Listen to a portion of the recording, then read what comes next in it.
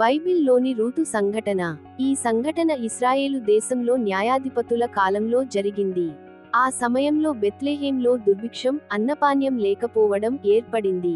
అందువల్ల ఒక వ్యక్తి అయిన ఎలీమెలెక్, అతని భార్య నయోమి, మరియు వారి ఇద్దరు కుమారులు మలోన్, కిల్యోన్లు మోయాబు దేశంకి వెళ్లారు. అక్కడ ఎలీమెలెక్, నయోమి భర్త, చనిపోయాడు. తరువాత నయోమి కుమారులు మోయాబు మహిళలను వివాహం చేసుకున్నారు. మలోన్ రూత్ను పెళ్లి చేసుకున్నాడు. కిల్యోన్లు ఆర్పాను పెళ్లి చేసుకున్నాడు. దాదాపు 10 సంవత్సరాల తరువాత ఆ ఇద్దరు కుమారులు కూడా చనిపోయారు.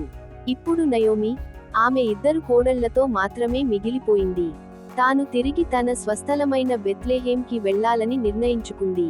కోడళ్లు రూత్, ఆర్పాతో మాట్లాడుతూ, మీరు మీ తల్లిదండ్రుల ఇళ్లకు తిరిగి వెళ్లి మీ జీవితాలను కొత్తగా ప్రారంభించండి అని చెప్పింది. ఆర్పా వెళ్లిపోయింది. కానీ రూత్ నయోమిని వదిలి వెళ్లలేదు.